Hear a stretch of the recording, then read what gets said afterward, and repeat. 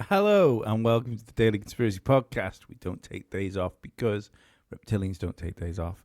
I was so close to just opening that podcast with a burp then. That was just, that's You what should have done. Next time, just try it. No, because there's nothing worse than people that burp just for the sake of burping. Oh yeah, we had an acquaintance like that.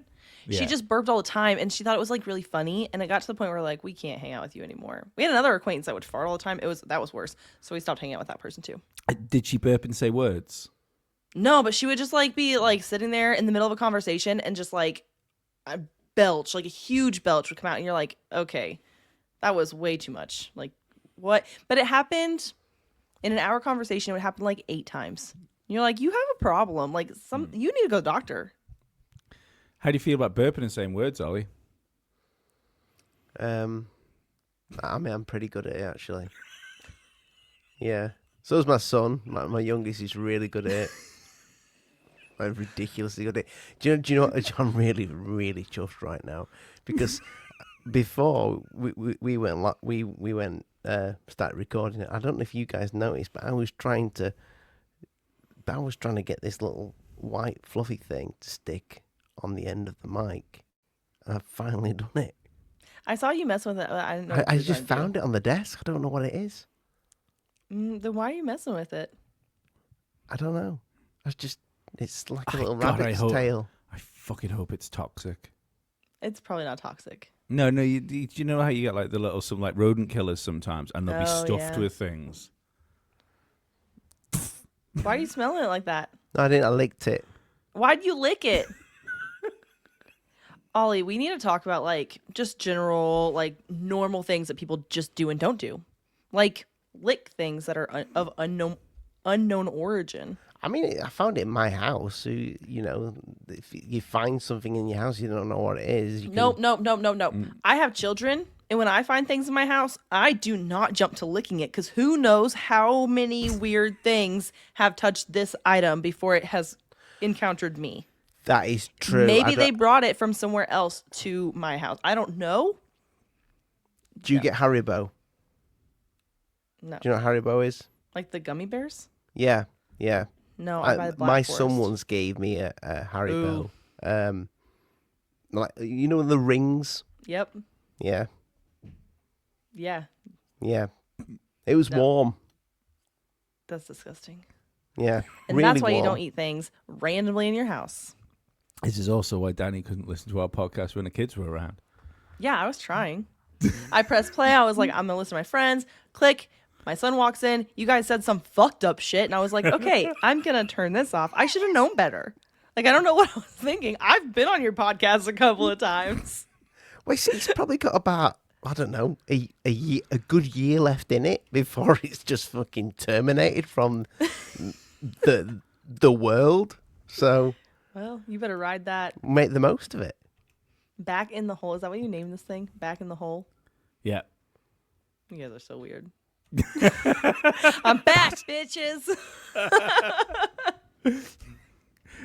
I was recording one of the bite-sized podcasts the other day, and I walked outside my room speaking about kids listening to podcasts they shouldn't do, and I found my son sat outside the door.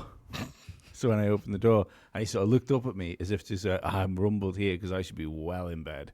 I was like, what are you doing, buddy? He's like, just here.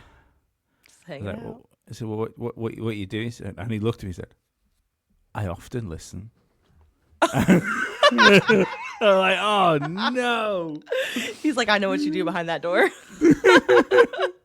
It's I just often listen. That's funny. He's doing Egypt. He's doing Egypt at school at the minute. No. How long? He must be sat on his hands at the minute, 10 minutes away. For God, miss.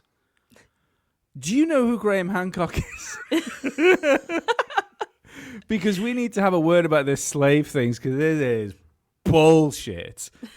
You're gonna get a call from school and they're like, this guy, he says some weird things about the pyramids and the moon landing and 9/11, the Earth being flat around. He's got some wild theories. I mean, I can't even say this, but it looks like Agatha. Are they still pushing the whole Oh yeah. Egyptian thing in schools? I think it's mad. It's been Like- so disproved at this point, but yeah, they still push it. Mhm. Why do you think I homeschool my kids? That way I can I teach just them think it's real weird. things. Oh, I'd end up murdering them. Oh, I have more patience. I just think it's weird that we cover like Egyptian history more than anything else at such a young age. Yeah. And the weird thing is because it's like we know, right? Like you say, it's pretty common knowledge now, I think, that slaves didn't build the pyramids. Right. You know, and I think a far more reasonable explanation now is that the Giants Egyptians did it. maybe, but the Egyptians inherited the pyramids. And Oh, yeah. they kind of moved in. They didn't put them there. From giants. Inherited from giants. But giant like Eskimos. I just finished an Atlantis episode, and they potentially had knowledge of levitation, and so that could have been how they built the pyramids. Mm-hmm. Well, if you look at the guy that did Coral Castle, that was supposed to be levitation as well, wasn't it? Mm-hmm. Yeah, he said he used the secrets of the pyramids to build that motherfucker. Levitation. Mm. But There's I just also find it the weird. guy with the big levitating rock that was on Sean Ryan. The guy that I've forgotten the guy's name. The builder that seemed to be allowed. I into liked it. that story. I know you didn't. I did. I nonsense. bought that story, hook, think I listened to line, that and Sean sinker. Ryan. The big floating stone. Hour in. I've listened to a lot of Sean Ryan's. I've not listened to that one. Mm. He was the guy that he was at Greer's big disclosure thing. National Press Club. Yeah, that's the one. I nearly nailed it. But yeah, he talked about going like in a fucking underground facility. That I think was he going to decorate it or something? Yeah, this is where the story falls apart, Danny.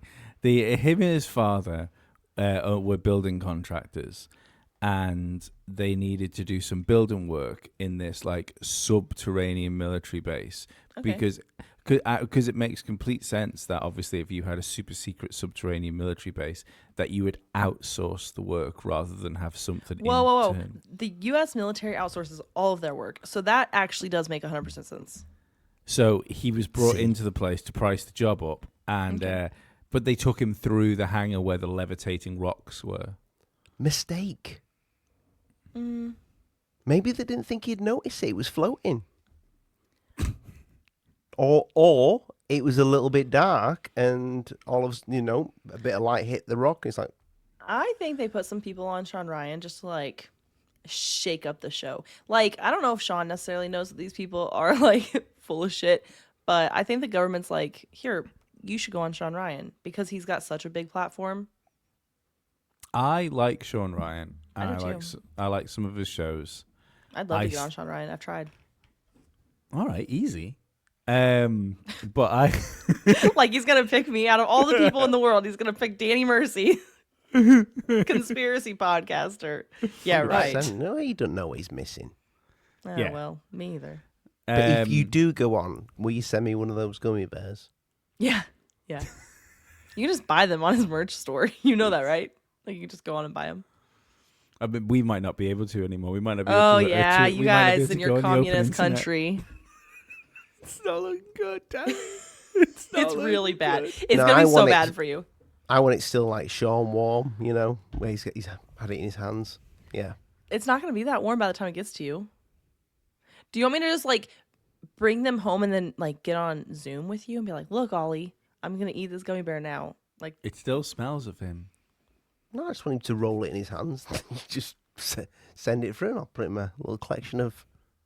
things? What Yeah. what other kind of things are in your collection? I have random shit. Like, yeah. This little LGBTQ plus snowman. Why? It actually- Lots of Yeah. things on this desk. It actually identifies as a grizzly bear. I have some things in my Amazon wish list that I want. That way I can like decorate this wall behind me. But so far, I have none of them. Oh. Next time. Sean Ryan. I'm still. I wonder because I don't think he is now, but there was a little bit of me always wondered whether he was kind of because he just kind of sprung to prominence. I still think there's them want another Rogan. Do you know what I mean? And I think there's been a few people pushed to see. Excuse me. To see if they could like attract the same audience, like and drag enough people off Rogan, but they don't seem to be able to get someone to do it. And I feel that Sean Ryan was put in that place to try and drag some of the Rogan shine away. I do wonder about that because it's like, I mean, you guys do a lot of interviews on your podcast. I don't do a lot of interviews, so. But I think about that with Sean Ryan. Like, he was just an everyday kind of guy. But, okay, no, he wasn't, though, because he was a Navy SEAL and he was a CIA contractor. So he had some, like, people want to talk to people like that. So, like, an everyday Joe Schmo off the road who's like, yeah, I was in the Navy, but I didn't do anything, like, worth a damn. Like, you don't want to just go talk to any Joe Navy guy, or girl, in my case. Yeah, how did he get such big names on his podcast? And he does say that he started with like his friends, other veterans and stuff, kind of started as that. But how do you? There's no evidence of it though, is there? Getting bigger. Even when you go back and look at old episodes, it seemed like quite a slick. I don't know. Production. I've never looked. Yeah, I'll go look. I'll check it out. We're talking right. It wasn't in this cool, nice big studio he's got now, but it also wasn't like if you look at the Y-Files, for instance, you can watch the beginning of that show and skip through it, and you can see the progression of that guy. You know, of him mixing things up, of him trying different things. Like Hecklefish sounds different and looks shit for a while. Yeah, and you can see it grow. Whereas Sean Ryan kind of feels like he was the finished article to begin with. He fits that role though, doesn't he? With the people he interviews, being an ex-SEAL, the people who he has on are very much what you would expect an ex-SEAL to interview, if that makes sense. Right. Yeah. But then you have on the flip side, you have Call Her Daddy I say this because like in the elections we have like Trump and Vance going on Sean Ryan, where we have like Kamala going on Call Her Daddy. And Call Her Daddy, at first I was like, well, she was nobody too. No, she worked with Barstool Sports, and that's how that podcast blew up. So, of course, like if you have that kind of platform or network underneath you, you're going to be able to do something. Whereas Sean Ryan, from everything I know, that's not how he started. I would love to interview him. Like, let's do a reverse interview. I don't know what Call Her Daddy is, but it sounds really woke. It is definitely 100% left leaning. So I just watched the Hulu documentary about it. This girl named Alex, basically, and it was another girl too at the time. They started this female-driven podcast of like locker room type like talk, very sex positive stuff like that, which guys talk about in locker rooms. Girls talk about it, but it's just not like talked about in general, like in public. She started this podcast to kind of like normalize women talking like this. It's I'm gonna go out on a limb here and say women talk about sex far more than men. Yeah, definitely to each other. I think that guys talk about it in more vulgar ways, but girls talk about it in more like my mum talks about sex a lot. And we talk about it in ways that like are normal. Like how are you actually having sex? What does this actually look like? Versus guys are like, yeah, I'd fuck that girl, like whatever. They're like very vulgar and like kind of like showing off a little bit. Whereas girls are like, no, like this is what's actually happening. But I would agree with that. I think that girls talk about sex way more than guys. It's the same as I always find bachelorette parties are more wild than stag parties. I just went to a bachelorette party. My husband just went to a bachelor party, and I'm here to tell you that that is not the case. Like I think that it's possible, but not in our case, not in this case. Maybe it's a British thing. Maybe it's a. No, I think that is typical. Our bachelor party should have been more wild than it was. The plan was the bachelorette party was supposed to be crazier than what it was, but it got tamed. Oh. Bummer. I can't remember many of the.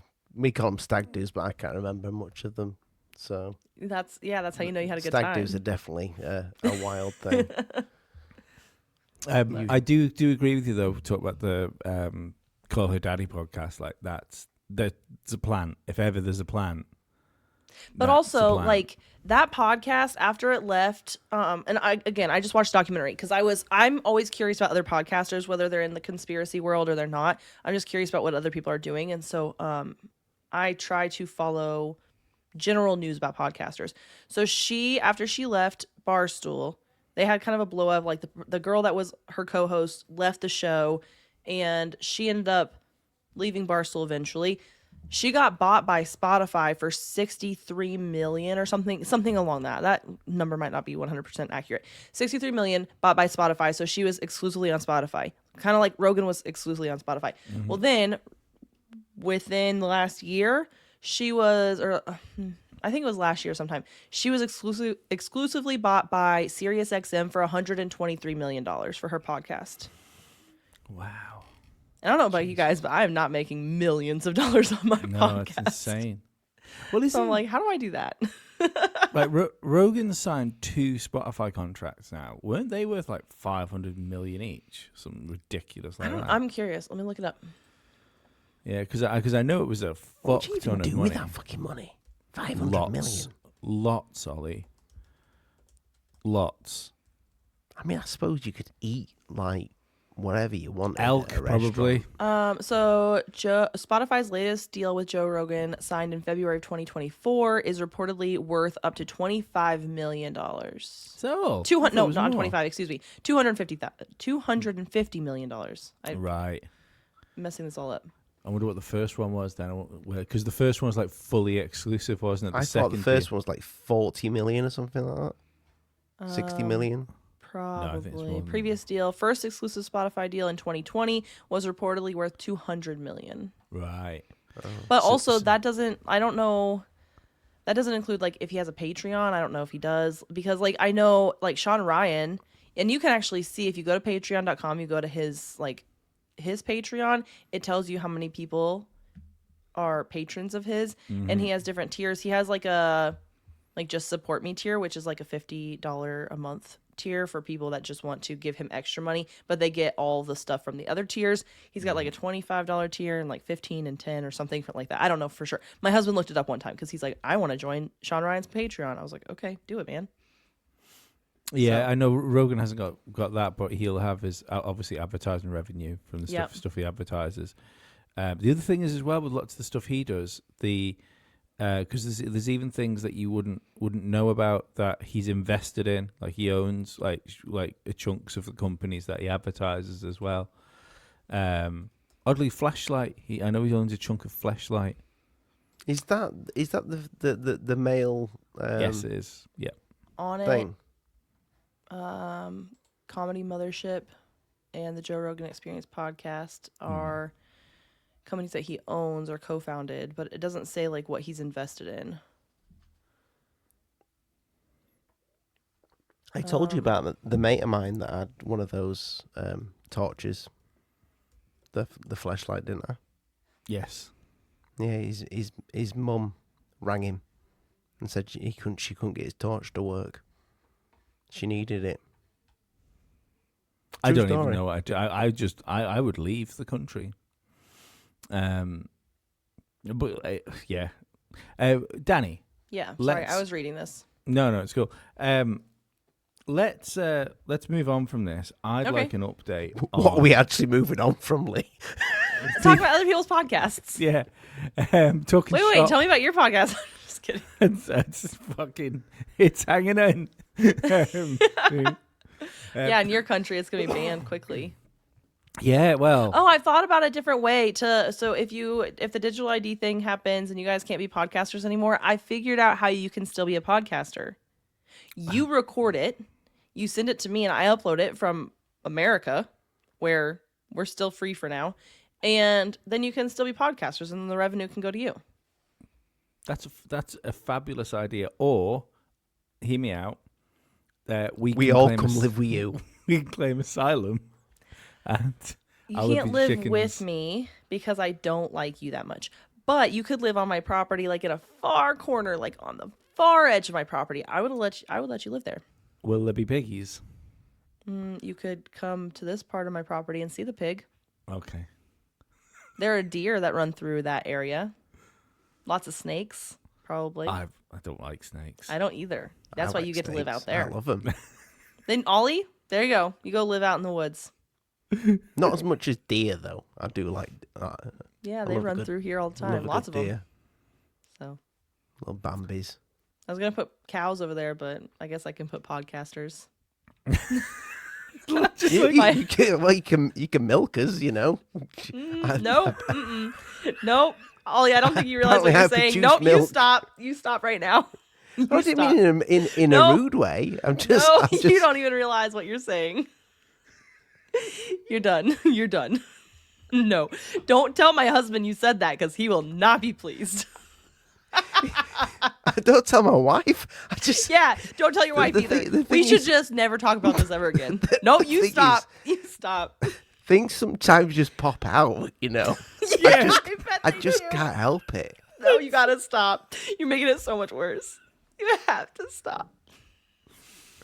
Oh, dear. If you do keep him, like, even if he's free range, if he's not No, like milked no. regularly, he gets angry. He's like, That sounds like his wife's problem.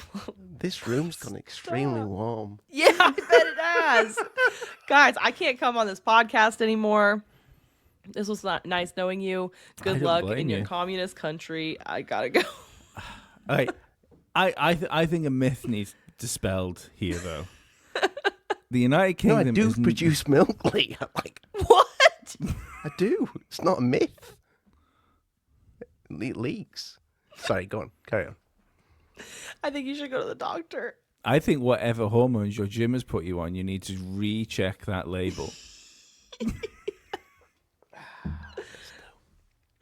I like.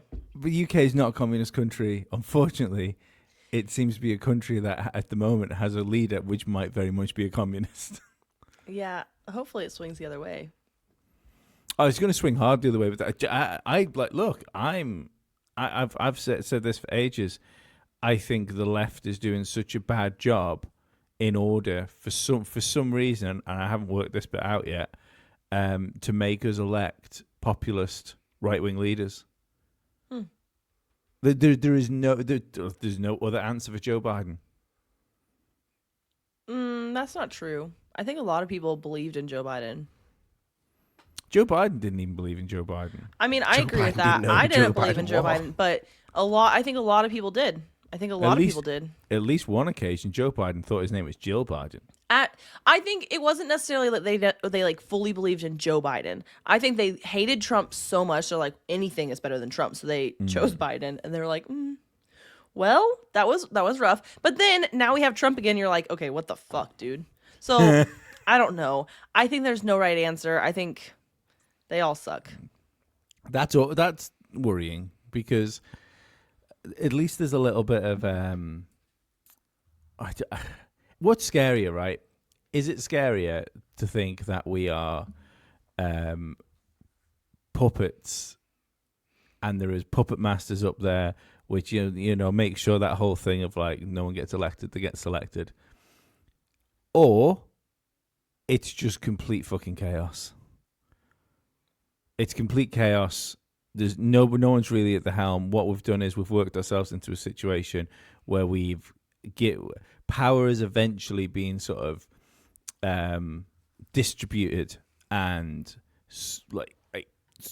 swapped from people that maybe were capable and had good ideas to do things.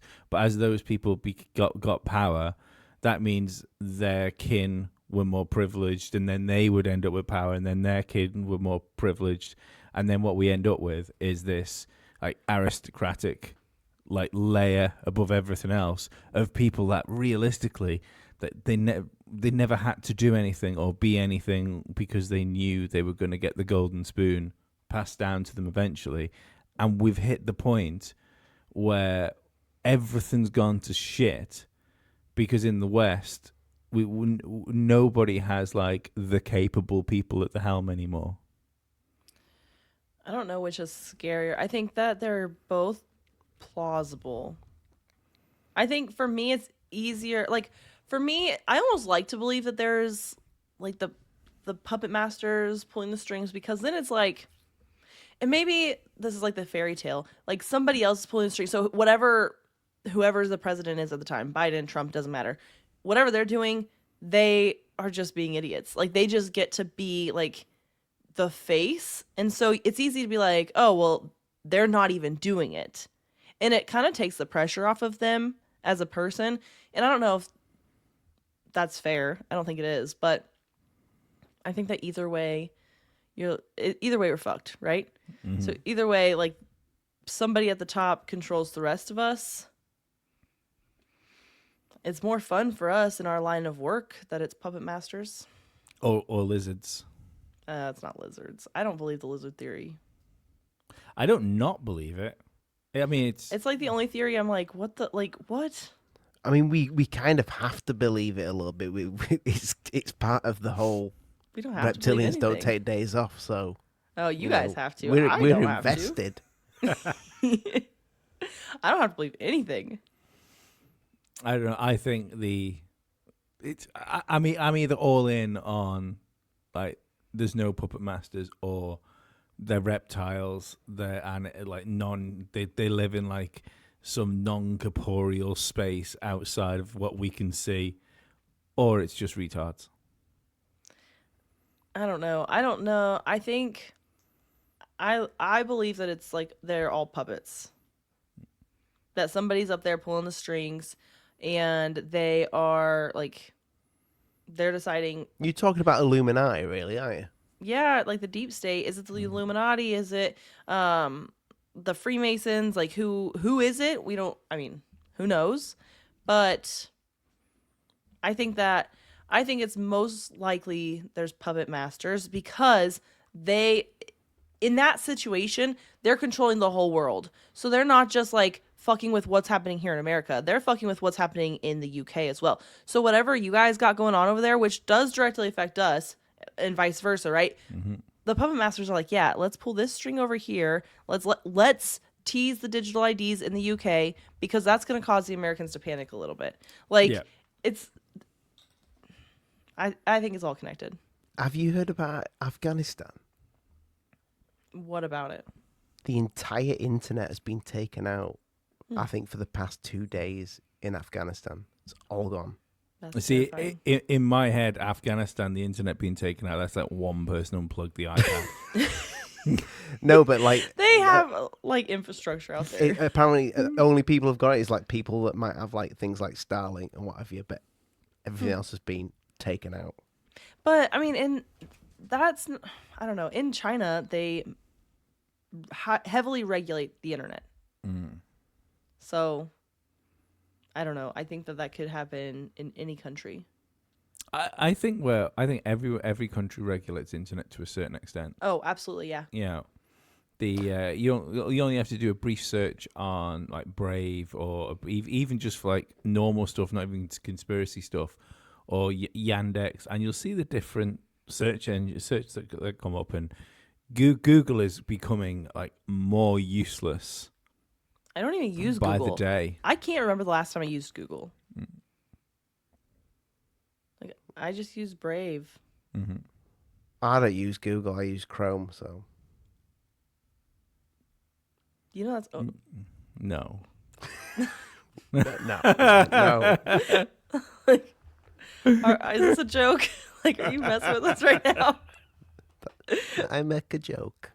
Sometimes it's hard to tell, Ollie. Yeah. Sometimes you say things, you're like, wait a second. I no. To be fair, though, I only found out they were two separate things about 4 years ago. There was a while where I just thought, "What's this on my phone?"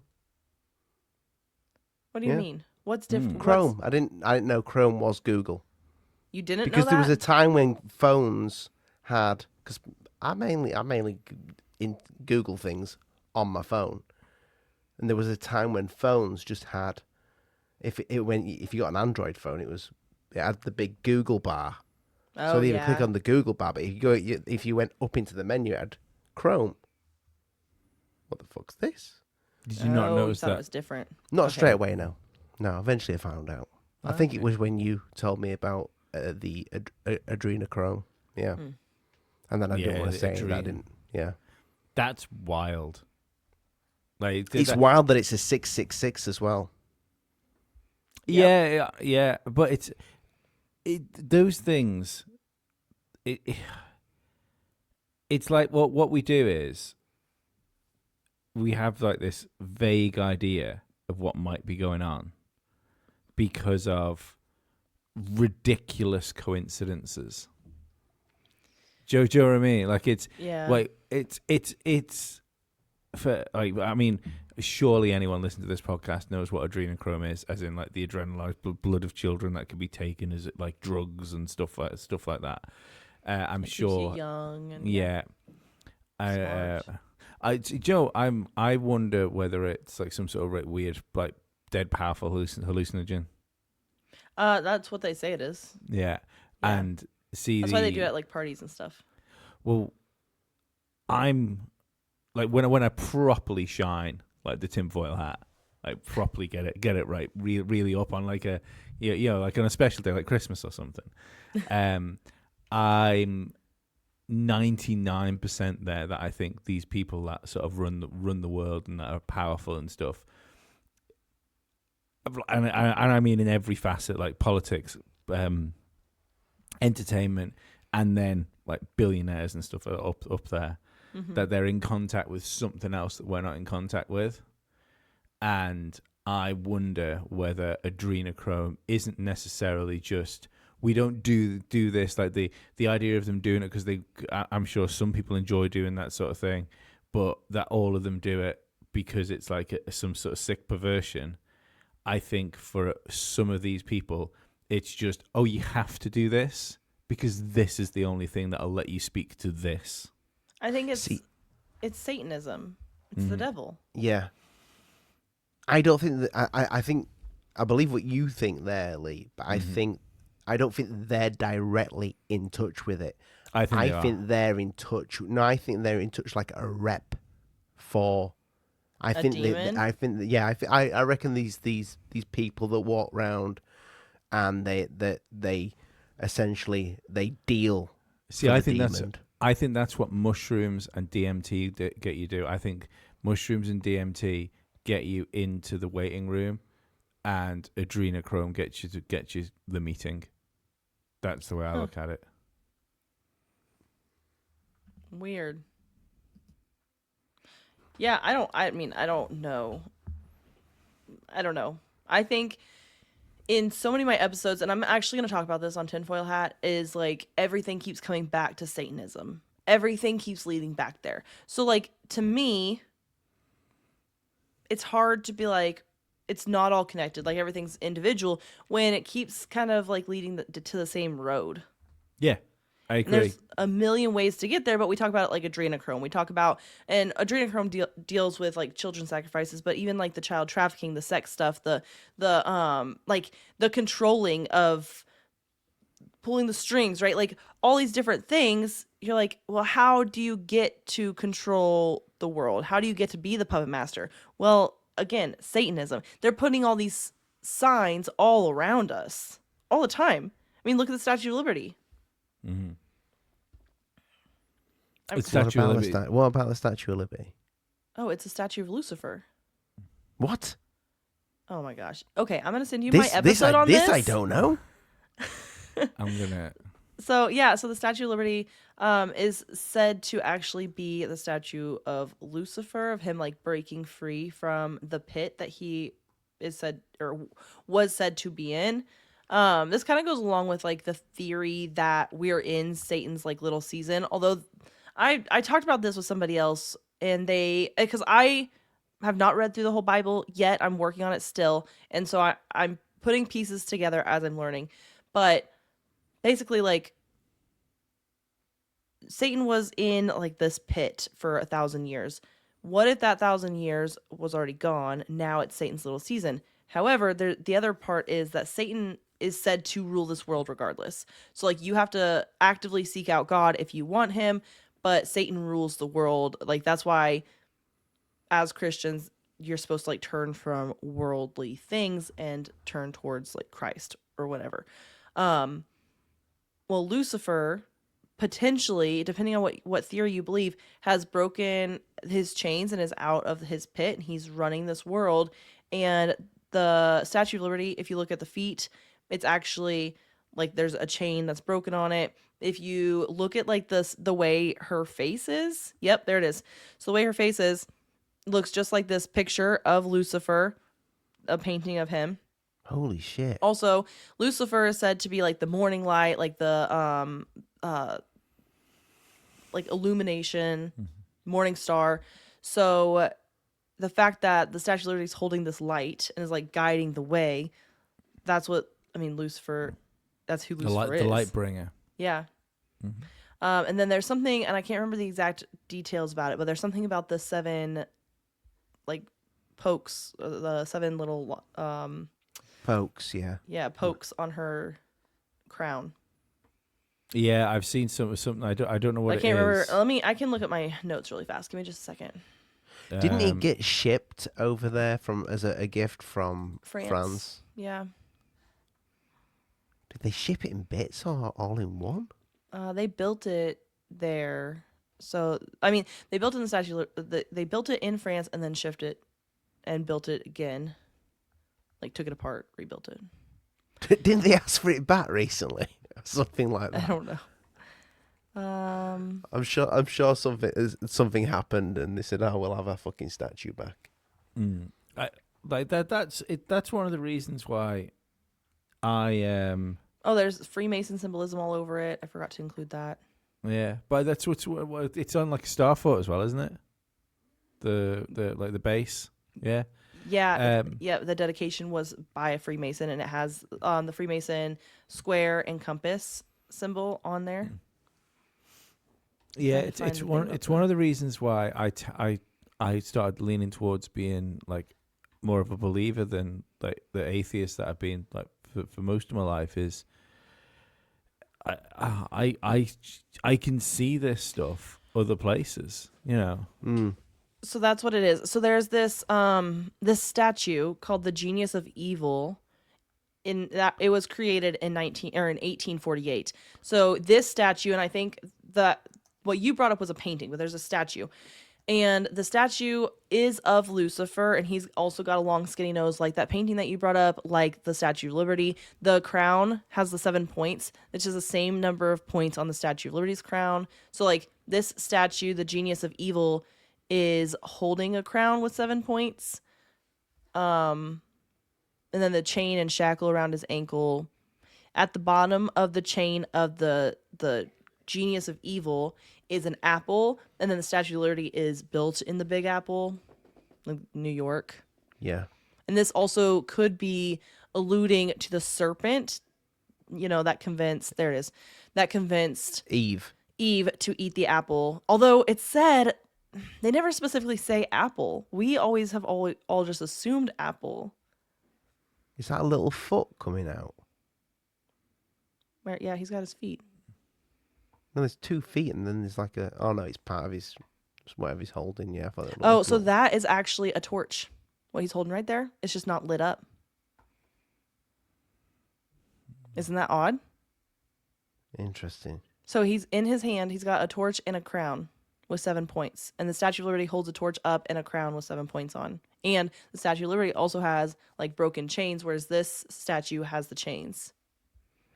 also, they always said it was a bird, but it's like a really ugly chick. Yeah. I don't Yep. know why I said chick. I've never said that in my life. Why did I say that? I have no idea. Can't take it back now. Everything leads to the devil.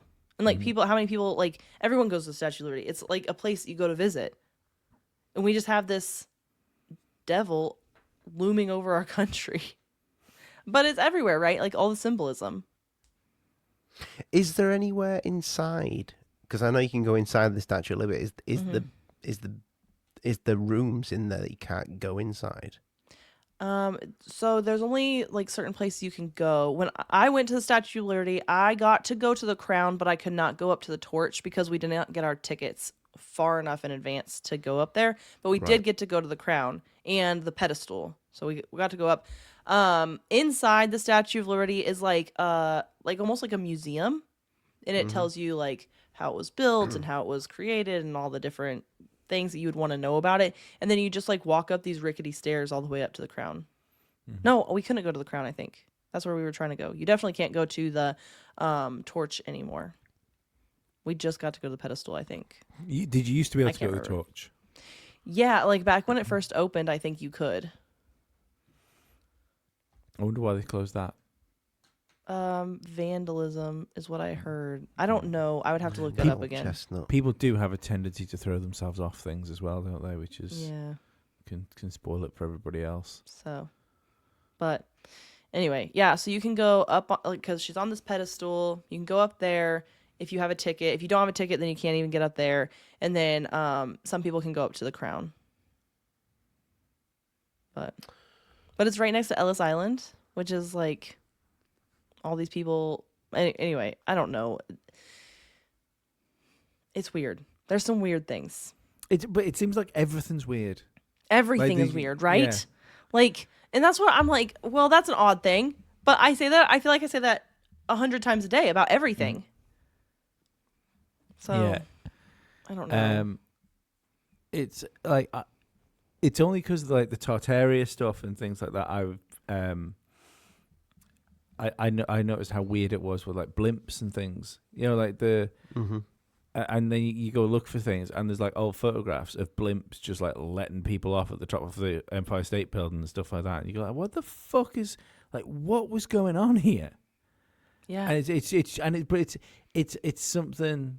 I know not necessarily not in this conversation that doesn't necessarily mean anything. It's not necessarily connected to these things, but it's just another oddity that you go like. How come we don't talk about the fact that like people were traveling around in these things for fucking ages? Well, and I actually had this question just the other day. So I have all these like little tiny like books for my toddlers. They're like, one's the alphabet and it has like an A and an apple on it, right? Another one is transportation, and you go through and it has all these different types of transportation. The transportation book has a blimp in it. Mm-hmm. Can we just like go take a blimp ride right now? How do you do that? Has a hot air balloon too. Like a motorcycle. The only time you see scooter. blimps now is like one's just advertising something, isn't it? That's it. That's I don't think I've ever seen a blimp in my whole life. Well, you see the small advertisement blimps that hold something up. That's it. I don't think I've ever seen one of those. In an arena? Like, yeah. I've seen those. The blimps, yeah. Well, the balloon then. I don't know. Yeah, I guess. I don't know. I've never seen a blimp. I know I've seen it online or like on television. Yeah, a movie or TV. I've never seen it in real life. You see NASA, where I saw a few years ago, they were developing a new type of blimp to travel, and a lot of people saying, "Oh, this looks like an oversized Tic Tac." But if that technology's coming back round again, they got rid of it. And now they're doing it again. It wouldn't surprise me if they start doing shit with the blimps again. But I don't understand that though. Like, why did we get rid of them to begin with? I need to do more blimp research. Apparently, they were dangerous. Okay, so we're gonna bring them back because they're safer now. Well, it was supposedly the Hindenburg disaster. Wasn't that's the one that was the Hindenburg that I was looking for. Yeah, that's the one that they kept showing the footage of this in history books. I remember, and when I was at school, it was in the books, and you'd see this fucking Oh like, yeah, okay. the structure of the blimp all on fire. Yep. And lo and behold, right after them, But bam. wait a second. Okay. For argument's sake, because I love to argue. So you have this blimp that crashes in 1937 is what it said. 1937, this blimp crashes, right? It's on fire, blah, blah, blah. How many planes crashed during that same time? Exactly. And we still fly in planes all the time. We've made them safer. We're better at it now. It makes It doesn't make any sense. No. It makes no sense what they did. Like, because they were frequently used. Were they? Yeah. Like, Well, I guess I don't know. I don't know much about so we're blimps. told. Again, I'm gonna do more blimp research. I'm gonna do a whole episode on blimps. See, some of probably these not. Tartaria pictures where you see the blimps and they are like on top of buildings with people getting on. Getting off and on. I can't tell you. Are those real? I don't know. Are those meant to be real? Those, Lee? What? The where you see the big blimps and you see the Empire State Building and you see people. I think so, yeah. Yeah, I don't. I've got some more questions about blimps, I guess. But again, another oddity. I feel like everything's a little odd because nothing. It's like everything that they explain or like everything they try to tell us as history just doesn't seem to add up. And so, like, the Statue of Liberty is like the Statue of Freedom and blah, blah, blah. Like, good job for the Civil War was ending or whatever it was. Like, but then it was actually, that doesn't make any sense. The DLAG airship company. Sorry, hang on. I'll start from the beginning. There were several hundred blimp and airship flights and thousands of passengers carried before the Hindenburg disaster. With Germany's DLAG, so we must be just talking about this German company here.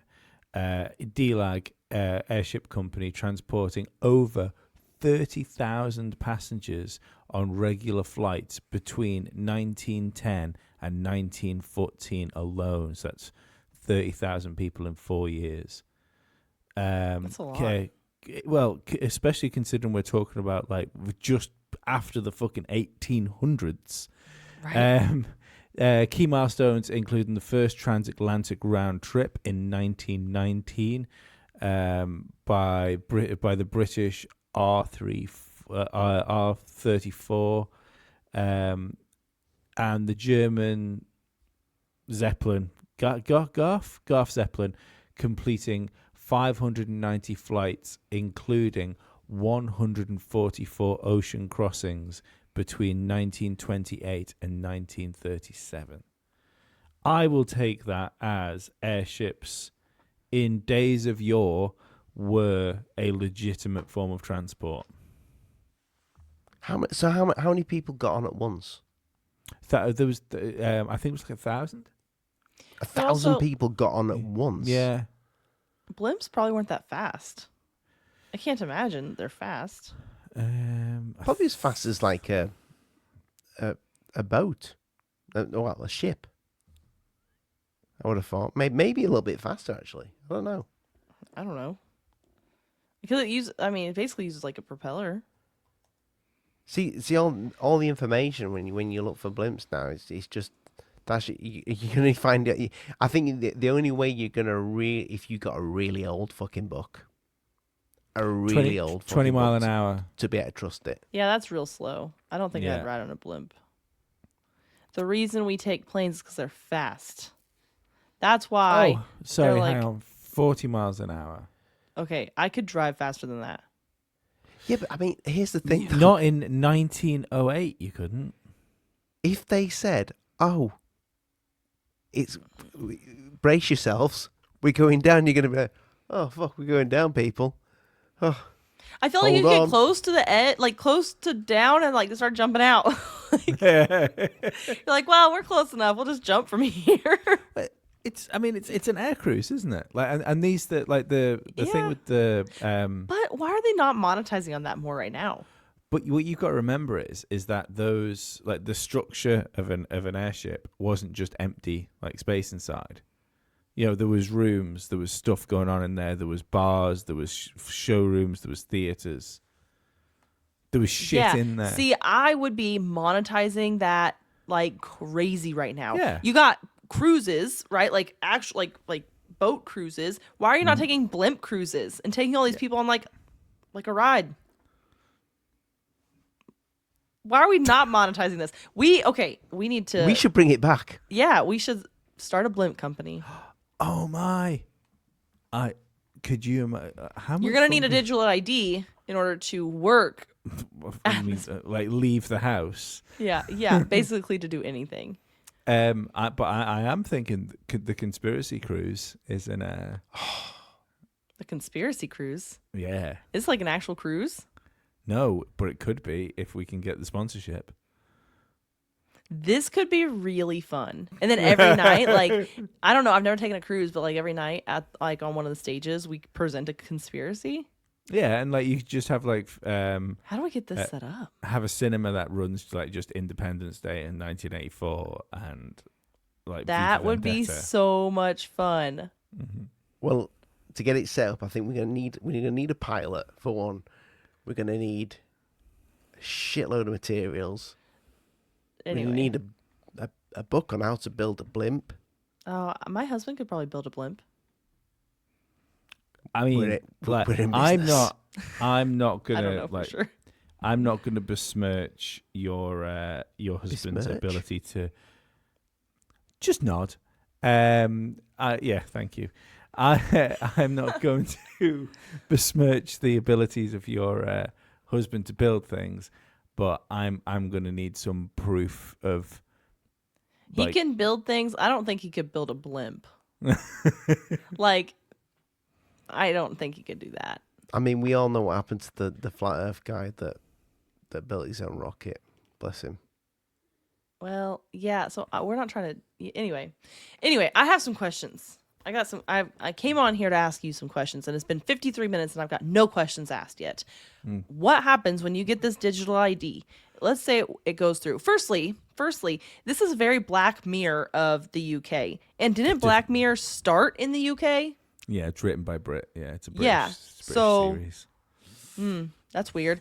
Secondly, as an example, as was in 1984 as well. Yeah. And A Brave New World. We really should be more on this. you guys should know that something weird is coming, and you don't have guns. That's fucking weird. In We have itself. spoons. Oh, good. Good. So you're fine. You're good. So, as an example, if you go to the doctor and the doctor prescribes you whatever medication, and you're like, I don't need to take that medication because I don't know about you. Several times when a doctor's like, here, take this, I don't want to. Like, I got surgery. They're like, here's some oxycodone to like help with the pain. I did not take any of it. Will my digital ID now know that I did not even fill my prescription? How crazy are they going to try to get with this? They're going to control your bank accounts. They're going to control your prescriptions probably. How much? They're going to control what kind of like food you can buy at the grocery store. You bought So- too much organic food. You need to go buy some processed shit. I think everything you're saying is if not the plan, is a possibility. I do think it will be slowly catch your monkey with this, and it will. Cause, first of I all, think right? it's the kids that need to worry. No. We need No. to worry, Ollie. No, but what I'm saying is it'll be the kids. No, That will no. be- We're young enough. We're young enough. This will fully affect us. Yeah. But it's just when I say slowly catch your monkey, I mean like 5 years, 4 or 5 years, not 4 or 5 minutes. However, I don't think the digital ID thing will take. There's a thing. I think it's you need 100,000. I think it is like on the official government website of for a Like a petition? like to sign a petition, yeah, for Okay. it to be addressed in the House of Commons.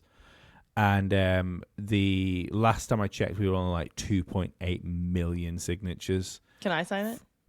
I think so. Yeah, I think you can put us like from a non-UK resident. I'll sign So yeah, it was on like 1.8 million or something like that. It could have even passed into 3 million by now. I don't think I don't think it's gonna work. As me and Ollie discussed on the last podcast, we talked about this. Everyone remembers like Tony Blair as being like, it's Tony Blair, the war criminal, or like a phrase that often is put together. They're words that often follow each other. But what people forget, especially like in the conspiracy community, is every motherfucker loved Tony Blair when he was prime minister.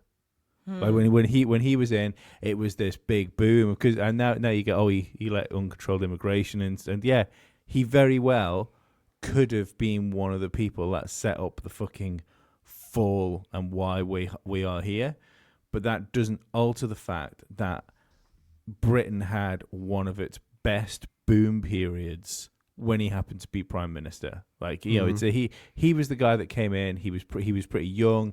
He seemed like a nice guy. He spoke well. He seemed statesmanly. He had Oasis visit him at number 10, that type of thing. He tried to bring digital ID in 1997.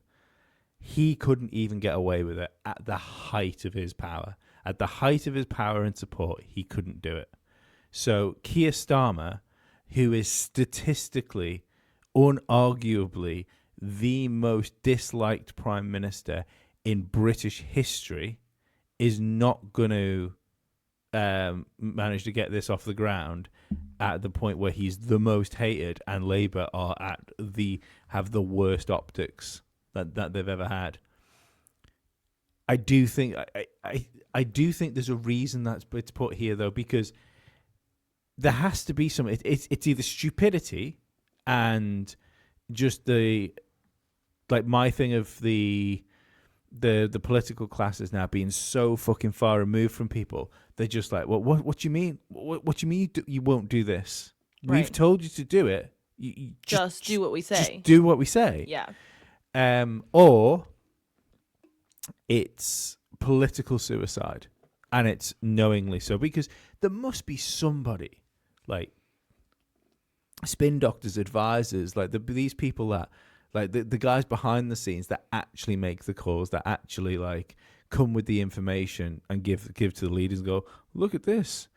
One of those people must be in the background going, oh, this is a fucking terrible idea if you want to get reelected ever. Maybe they don't want him to get reelected. Well, look, I've said all along, like, I don't know. I don't know how much I trust Nigel Farage. I don't know how much I think the Reform Party are the answer to this stuff. I 100% understand why people are going to vote for them, and if I could vote in the UK, because where I come from, although we're like a British Isle, we don't get to vote in the UK elections. That's so weird. Yeah, well, we're kind of our own country. We have our own government. But doesn't this affect you though? Yeah, of course it affects us. Yeah. We're still like we're a British dependency essentially. Oh. But it does. We can choose not to do what the UK like want us to do. Case in point, we don't have to put age verification in to watch porn like they do in the UK. Yeah. Great. The small wins. Got to take the wins. But but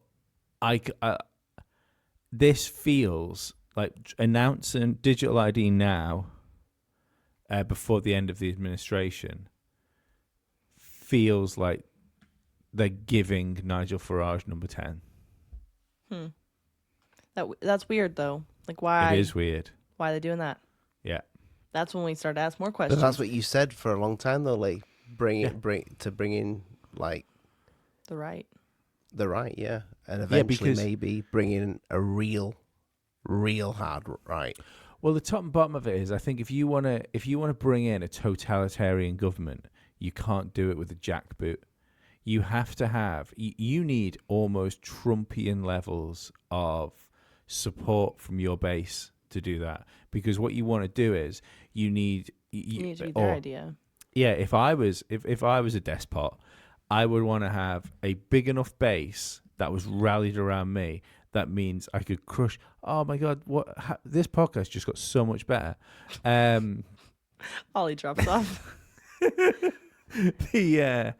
you'd need to rally like enough of a base, which means that you could crush and as aggressively crush out any dissenters that you wanted to do. And I think if I was going to do it, and if it was like this was like a 30-year like Illuminati type plan, I would demonize the right. I would call them racists and fascists at every available opportunity, even when people have just like normal like Christian or conservative values. And I would push them to the point where I know that a good majority of those people that even in the face of seeing true atrocities would go, fuck those guys. They'd have done the same to me. Right. And I think we're approaching that period. I think we're approaching that period where enough people will go, fuck yous. I don't know. We'll have to wait and see, I guess, because it's weird. I was gonna work on a different episode, and I can't even remember what episode I was gonna work on. I have changed my tune because my husband requested an episode, so everybody else's episodes get pushed to the wayside. But no, it's gonna be really good. It's about like basically when he requested an episode, he said, "Danny, I've got a request for an episode. Like, where is it? How about it could be the one where somebody makes me a fucking sandwich?"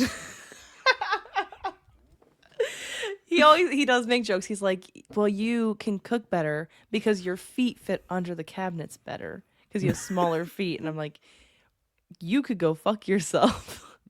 Seems reasonable. No, he makes breakfast every morning, so I make dinner. But no, he wants this episode about like Big Brother overreach, because we're seeing right now flock cameras pop up everywhere. We're seeing smart meters on houses pop up everywhere. We're seeing all kinds of like really weird things, and like the digital ID I'm going to talk about in that episode too. Really weird things pop up all over the place where we're like, we didn't consent to being watched 24/7. No. So what kind of weird Orwellian life are we living in that this is where we're at now? Do you know what? I think it's the it's the fact that we didn't expect AI, and Ollie would get a bit of a wide on at the minute with this because he's I still think AI is going to sputter out a little bit, because if there's anything we've seen, it's that futurists, when they're telling us how great and grandiose these ideas are, never fully comes to fruition. You know, we still haven't got hoverboards, regardless of what those magnetic things try and tell us we've got. However, what I do think it will work for, and it's going to work really well, is crunching large amounts of information. So before, it didn't matter that there was cameras everywhere. It's in the same way as I remember the story in the 90s, I think it was, when speed cameras first became a like a thing in the UK, and people knew, oh well, the speed cameras don't work because the hard drives were too small that were inside them, so they could only work for so long, and then the people weren't sent out because they weren't like a network. You'd have to go and collect the hard drive and change them. Yeah. But now things can be uploaded to the cloud all the time. Now it's fine. Yeah, it can just be a constant stream of information. It's the same with like your phone listening to you or your Alexa listening to you. Like you're talking fucking hundreds of thousands of millions of hours of content that somebody would have to sift through to find the important stuff to do you on. And you go, well, no one's going to do that. You see. That's why they have it like pop certain words. Yeah. But now it's going to be certain so words much easier in a conversation. Then it pops. You're like, oh, this is a person to watch. But now it's going to be so much easier because instead of just looking for trigger words, they can send an army of AI chatbots out there and they will listen to the whole thing in context. Yeah. I wonder if they'll do it like they'll still have trigger words where they're like, okay, we heard this word and this word in conjunction somewhere, and then send the bots. But no, I'm gonna do an episode on this because it's really freaking weird. The whole thing's really weird. Did I tell you about I can't remember whether it was you I spoke to about this or whether it was somebody else. the last time you were on, did I tell you about my kid's mouth guard? No, I don't think so. So I've got to be careful about this. I try my best, not because I think my listeners are a bunch of lunatics. It's more I'm so conscious of people that put too much of their kids online, because their kids aren't consenting to that. Yep.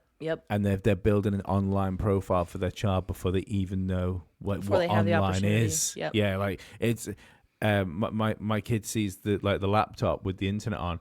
It's just another TV screen as far as he's concerned. He doesn't realize that all of the information to humankind is locked behind that screen. You can just type in and get it. Yeah.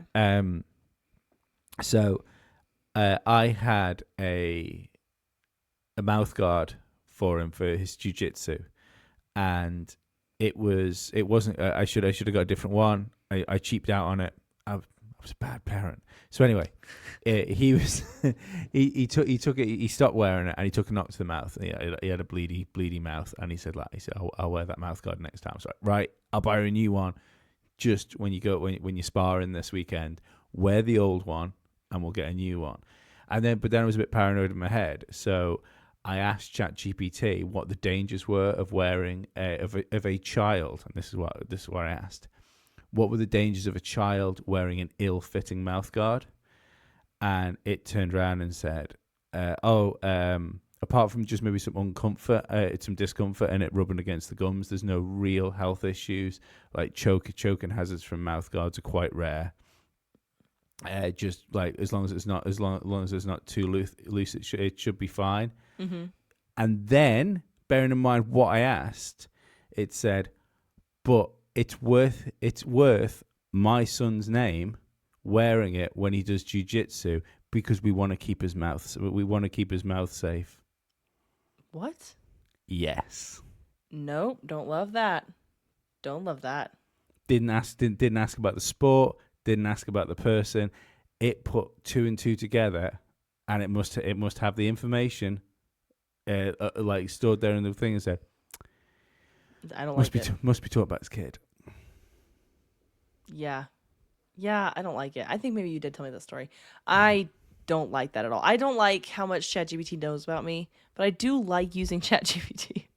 I'm in this weird spot because I use it to write my show notes for my podcast. I use it to write my meal plan for the week. Mm-hmm. Although I feel like I get the same meal like every other day. So I'm working on it. I don't know. I like it for simple tasks. Like it can take something out of my brain and give it to ChatGPT. You do it.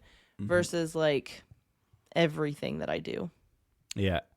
Right. I think it's great. Like I use it almost every day for something now. Like there was another thing where at work where I had to use like a really specialized like it was like acid based or something like that paint, and unfortunately whoever had like used it last had wiped on the back of the tin rather than the front, so all of the instructions of what you were supposed to do with this paint and how you're supposed to use it had been painted over, and they were all broken up and everything. I took a picture of that, and ChatGPT ran off, cross-referenced the bits that were there with a load of other tins, and came back with me with the bits that I needed to know. Wow. Yeah, it like I've used it since, because like we pay for it like for the podcast, and I do this like uploading and stuff like that in the mornings before I go to work. So I have an hour window to get the podcast edited, thumbnail made, description and tags and stuff done, and then before I get out the door. I couldn't do that quick enough. No. Without using AI. Yeah. And so that's why we pay for it for the podcast. But there's that thing where I really, really like it, but I like it now. And I think this is the point. If it knows too much, then we need to chill out. Yeah, this is the point where we're at. It's a really good consumer product because it does what you want it to do without bringing the baggage of it being too human. Right. And I'm convinced that ChatGPT 5 will bring that. That will be I can you'll see be able that. to shoot the shit with your phone and just have a chat with it. Yeah. And that's going to be weird. But then, like, there's pros and cons to that too, because sometimes, like, if you're in a really bad headspace, you're like, I need to talk to somebody, but I don't want to bother any of my friends because I don't know about you. Like, I've been in that space where I'm like, I don't want to bother people with my problems. ChatGPT is great for that if that's like if you're conversing. Alternatively, I feel like if you start talking to your phone as like a person that's your only friend, you should get some human interaction. Yeah. And I think that's what we're going to be losing. We're already losing that with like social media and stuff like that. We're going to lose that so much more. So that's a real concern, I think. I mean, we'll see what happens, I guess. it's it is a double-edged sword because on the other hand, I do think to myself, like, I know there's people out there that right now there'll be somebody sat that's like fucking family's left him. They're sat in like a 1-bedroom apartment, something like that. They've just had a microwave meal, and they're gonna cry themselves to sleep because they've got nobody to speak to. Hi, Ollie. Look who came back. Sorry, I had an emergency. Did you? Okay, we didn't ask. He pooped his pants. The but, How do you know? but I couldn't feel my feet anymore. I had to express. Oh my god. Oh my god. Ollie, Oh. expressing seems to be your issue. But yeah, like we were just talking about AI, Ollie. You'll be happy about it. My favorite. I like the idea that maybe some lonely people are going to get some friends. Do you know, like that's I get that use for it. If Ollie didn't have you, he would use his AI as a friend. The worrying thing If I had AI, I wouldn't use Ollie as a pot for a podcast. like, how far can they go with that? Like, where will they draw the line with rules? So you might find somebody's got an AI as a friend. The only thing that AI friend is, it's your wife. You know, but an AI version of your wife. It takes stalking to a whole new fucking, like, somebody might have like celebrities that is like walking around their house, talking to them, sleeping with them. You know, we were talking about this, my husband and I, because he was like, "So what happens when they create these like robots that have AI in them, and then like they're gonna sell them like iRobot, right? They're gonna sell them to where everybody has a robot in their house." And I was like, "I would love that." And he's like, "Seriously?" And I'm like, "Yes, this robot can clean my house, cook for us, do the laundry, all these things that I spend a lot of time doing. The robot can do it. And now all I have to do is like work or hang out with my kids or do whatever I want. I don't have to worry about chores." Like, If you how wanna fantastic. If you want to get your husband on board with getting an AI like robot, let him watch Subservience. He'll get on board fast. He does not want an AI. That's what I'm saying. Let him watch Subservience. He'll get on board fast. What is that about? It's the one where Megan Fox is the Oh, robot. we watched that. we've watched that. We watched it and I was like, maybe we don't want a robot. But I turned it how off. convenient.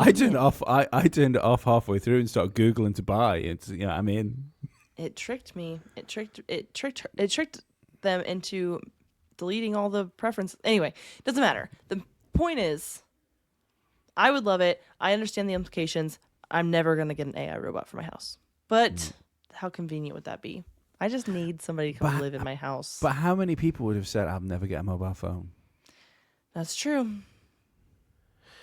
You know something though, you watch these AI films like Subservience and the what's the other Mecha? Ex Machina. Ex Machina. Yeah, you watch these films and you hear the robot talk, but AI like that, the chat BT is already talking better than it is, just because it hasn't got a body. It's already talking better with more personality than the robots in the films. But you watch AI or iRobot and you see like, well, and years ago they had a movie called AI, right?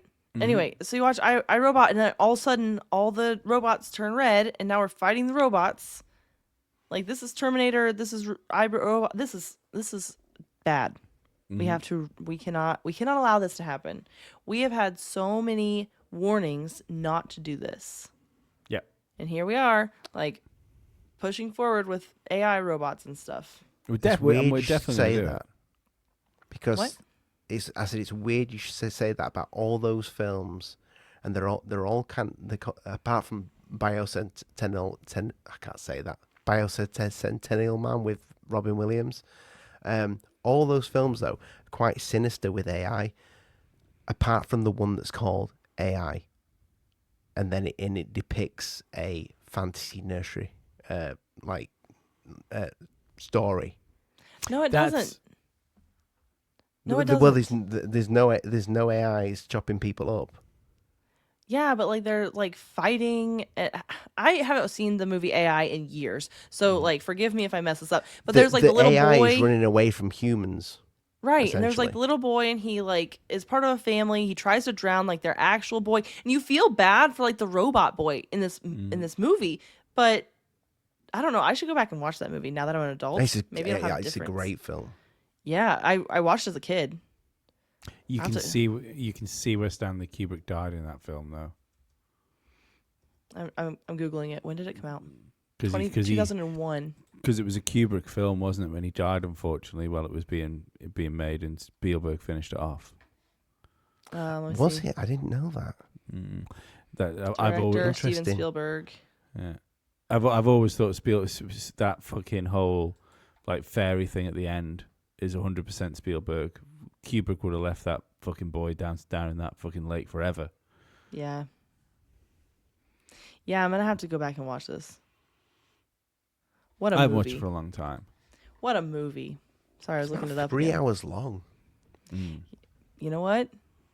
I watched the whole thing as a kid many times, Yeah, I Yeah. did. over and Good over. film. I feel like I watched that movie so many times. But can I give you an Amy update? Yes. Oh, yeah. It's not that exciting actually.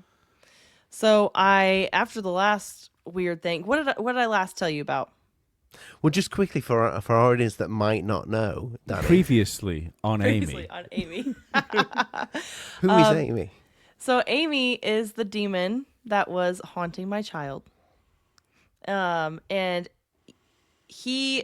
my child would tell me. Just so you know, that's the part Child Protective Service is going to play back to you. But carry on. It's gone now. The demon is gone now, I think. But every time I talk about it, I actually don't like talking about it because I feel like it like gives it power. I don't know. But this imaginary friend that my son had was like talking to him. The name is Amy, but he would always tell me that it's a boy, not a girl, because I would always refer to it as a girl because Amy, but it was a boy. And then like some really creepy things happened, and Amy told my son most recently that if he doesn't, or if he tells me, like if my son tells me the secrets that Amy is telling him, then like something bad will happen. And then at one point I said, you can tell me secrets. Like, we don't keep secrets. He said, Amy told me that if I tell you, he will lock you in the basement and make you cry. Did I tell you about that part? Mm-hmm. Yeah. Like, creepy. So then I go into my house. One day I'm in the house and there's this toy that we have. It's like a little dump truck, and you can press the lever. It's just like a small little toy, but you press the lever, it dumps, and you press the lever, it comes back. You press a different lever, and it like scoops up, and it'll pour things into the dump truck. So this toy, whatever, it's a fine toy. The boys love it. But in the bed of the truck, it looked like there was like words, like something was like etched into it. I've never told anybody this part of the story, like not even my husband, because he would probably think I was crazy. It looked like there was something etched into it, and I was like, okay, maybe they put rocks in it, and because they have put rocks in it, and like the rocks scratched the plastic or whatever. But then I really started looking at it, and I was like, no, they're in a straight line. This doesn't sound crazy. They're in a straight line, and they look just like symbols. I don't know what it says. I was like, you know what? We've been having some really weird Amy things. and nobody believes me. My husband doesn't believe me. Nobody believes me. I'm just going to take this truck and I'm going to put it outside. I don't know what that is. Maybe it's nothing. Maybe it's just for like my sanity. I'm just going to put this truck outside. And the truck has since lived outside. It has not come back into my house. And we have not had, after that, my son never brought up Amy again until like yesterday. He said something about Amy. And I think he just said it like as a funny, because I was like, oh, we don't talk about Amy anymore. He's like, but I like Amy. He's my friend. And I said, no, he's not. If you have a friend telling you to keep secrets from your mom, then not your friend. And he said, oh, okay. Then who is my friend? And me this whole time thinking that this Amy is a demon. I'm like, Jesus is your friend. You can talk to Jesus. You can talk to mama. You have real life, like human friends, not imaginary. You can talk to those guys. You do not need to talk to Amy anymore. And since then, we have not talked to Amy. We've not talked about Amy. Amy's gone. So was it the dump truck the whole time possessed? I don't know. I feel for in the name of science, you need to bring that in just for a night. Nope. Mm-mm. No. Then give it to someone you don't like. No. So my children really like to play with it. They love to play with it in the rocks. They like to use it. It got stuck out in the rain, so now it like makes weird noises. But well, like no, it just like it would make noises like beeping noises and like I don't know, like construction noises. And so now it will randomly make construction noises, but oh yeah, you need to run it over with the car by accident, and then buy them a new one that's not haunted. Yeah, I don't know. But then I was like, maybe I made the whole thing up. Maybe because I believed that it was the truck and I put the truck outside, then like it's all better now. Like maybe it was all in my head this whole time. I mean, like it's this is the it's the curse of the conspiracy podcast, isn't it?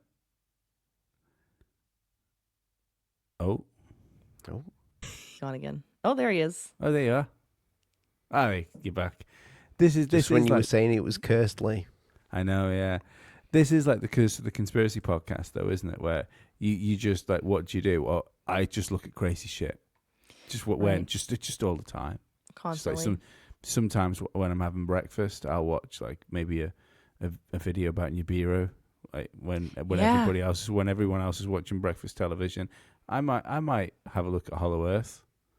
Just curious. What's going on with that? Yeah. Yep. I research some crazy shit, so I think that there's always crazy things in my brain. But there's always crazy shit in my brain too. I also blessed the house. I prayed over the house. I played prayers on YouTube in the house. So like I was doing other things outside of just like putting this toy outside. Mm. Do you believe in ghosts? Yes, I think we've talked about this because I've redefined what I believe now. I think it's more specific. I think there's mostly demons. I think the ghosts are people that died violently but got trapped, like their souls got trapped here. Because you were telling me about that, like the slinging of your soul. Oh yeah. And I was like, well, if you die violently, does your soul doesn't know maybe to leave, so it gets trapped here. So I do think there's ghosts that are trapped, and then there's mostly demons. See, I don't think we can get trapped. I think it's just like the whole like slinging thing. Yeah. I think it's just like fishing. It's soul fishing. And when it's time to pull you out of the water, you just get fucking. You come with me, carp. Yeah, but like. I feel like there's so many stories about like people that are like regular people that are trapped here. Like my dad's story of that girl, and she's like, no, I think I died here when I was 15, and she still looked 15 and she seemed like innocent because like how many people are like, oh, that's a nice ghost. And granted, it could be a demon like tricking you. How many nice ghosts have we heard of though? Hauntings don't tend to be nice. No, like I people don't talk about the nice ghosts. So here's a story for you. My sister got married at this hotel in Branson, Missouri. She got married in the basement. And so Branson's like this touristy place, very touristy, kind of like Boomer Vegas. I would say. Mm-hmm. So apparently the hotel used to be a prison. Anyway, we were sleeping in the hotel room the night before the wedding, and she woke up and she saw this like old lady dressed in like Civil War attire, is what she explained it as, that walked across the room and just disappeared. That wasn't like a bad encounter. The ghost didn't even talk to her. She seemed like she didn't feel like negative energy. She felt like everything seemed normal, but she saw this ghost walk across the room. You hear about stuff like that all the time. Mm-hmm. Nice ghost. Have I ever told you about the white lady? What white lady? So Is this gonna get racist? well, only if you want it to. You've done that a few times on the show, Danny. You know. I am the worst. So I don't know exactly how old I was. I have no memory of this. But my dad was in the Merchant Navy, so he was away a lot. And my mum told me that I used to come into her room and say that there's a lady at the end of the bed. And my mum would like, well, what she look like humouring me. And I'd say that she was a white lady. Yeah. Because that's how a kid would probably Explain something. Yeah. A pale lady or whatever. Yeah. And she said, what does she look like? And she said the way I described this lady was like in all cloth stuff. Like my mum assumed it was at the time like Victorian looking. Okay. Like when I was telling her this. Yeah. Because I'd say she had all these like long clothes on. And I keep going into the room and telling my mum that I'd seen this lady at the end of the bed. And she said that I constantly went in and told her this story. So my mum was like a little bit freaked out by it. But anyway, my mum's rhesus negative, and she calls me the miracle child because she had so many miscarriages trying to have another child. Yeah. Because I'm alone. There's just me. And one night she woke up in the middle of the night, and there was a white lady at the end of the bed with a child. I can't remember if she said she had a child in a pram, or she was I think she said holding a child. And the next day she had a miscarriage. Oh. So it's a weird story that, but I have no memory of it, but I believe it because my mum said she saw this lady and she had Victorian clothes on. Yeah. Weird. I don't know. At the end of the bed. No. Strange. That many miscarriages and you're the one that's stuck. I know. It's enough to make anybody pro-choice. Oh, God. What a bastard. Since I have not been feeling Amy in the house, my son has no longer said that he's scared at night. Like he wants a nightlight in his room, but just because like he thinks they're cool. He used to always sleep with the door open, and every time I would like tell him goodnight and start to leave, he'd be like, I'm scared. I'm like, scared of what, buddy? Like the trees outside? And he was like, yeah, there's like weird things in my room, he would say. But he hasn't said any of that in a while. And I chalked it up to him just being a kid, but I think kids can see more stuff like yeah, animals. oh yeah. You know, I'll never forget the time that mine came into my room, like freaked out, like really weird, and he was explaining to me. I know I've said this story on the podcast before, because I've done like behind his bed, I painted it blue, like a really deep blue, and I've got lots of different like rockets and planets and stuff painted on it and things like that. It looks really nice. But the planets in the moon, I used these the stars in the moon. I use these glow in the dark stars. But you've got to you've got to like leave the light on for ages before he goes to bed for them to glow and stuff like that. They're not very good. Mm-hmm. And he came in. I was like, "What's up?" And he eventually explained to me. He said, "My room is filled with like coloured glowing balls." He said there, he explained to me in such detail, like odd detail for a kid as well. You know, see, like some were floating, others were on the ground. And when we went back in to look, the first thing I noticed when we went into the room was like the moon and the stars on his wall were glowing like fuck. And bearing in mind, this is 4-5 o'clock in the morning. You know, it's really late. So the glow should have really come off those things. And when I walked in, it was like they were glowing. It wears off. We've got some of those stars. It wears off pretty quick. Really quick, yeah. And like it was like you just shone a nuclear reactor in there just to charge them up for a second. But wild. Every time you tell me the story, it freaks me out. And then the other weird one was he even explained to me that they were on the floor and he had to hop round them so he didn't touch them, like to get out. And that really struck me as strange because like kids wake up, they get freaked out and they just run somewhere. Right. They don't just they don't like. It's interesting that he knew not to touch them too, though. Yeah. Like that's also an odd thing because like how many kids would think about that? Like, oh, I shouldn't touch. How many times are we telling our kids, oh, don't touch that?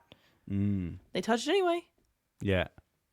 And it only happened. It happened like twice because that was the really weird one was because I spoke to his mother about it, and she was like, oh, that's really weird, and because at first we worried whether maybe it was something to do with his eyesight, which is fine. His eyesight's perfectly fine, but she said no, I had him in the bath the other day, and he said he could see like these coloured balls behind me when he was in the bath. That's weird. Actually, she just didn't like. Again, it's just a child being a child, so she didn't think to right. Like you don't really say anything. Yeah, I told you I saw them, didn't I? I told you that. Yeah. When I was a child, I think I told you that years ago. That I woke up. I'd had a fever. I woke up and there were little red dots, all like little orby dots.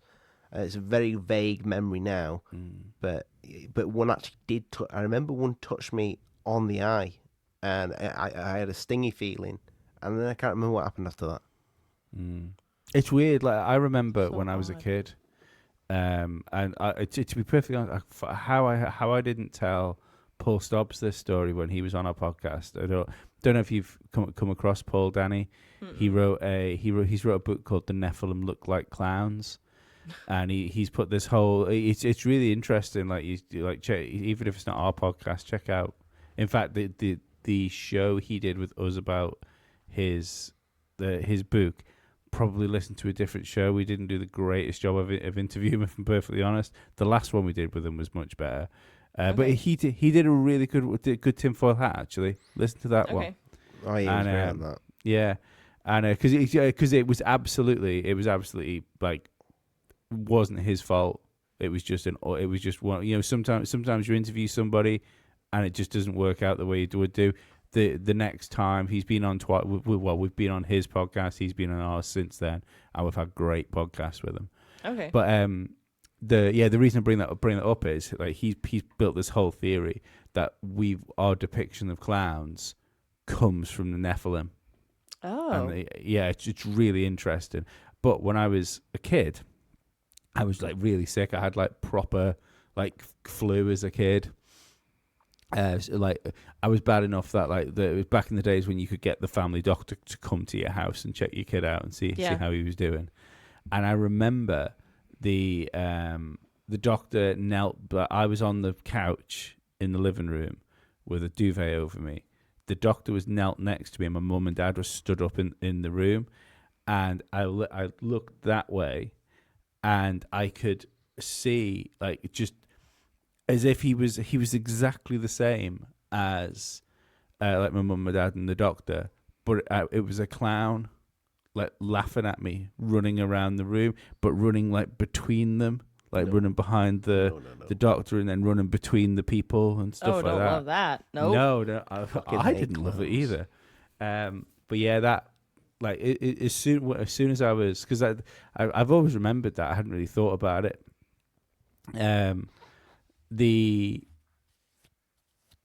reason it kind of stuck in my mind was obviously because it was weird. There's been a couple of things that stuck in my mind that I put down as like maybe like hypnagogic hallucinations. They're the ones where you're half asleep and half awake, aren't they? Yeah.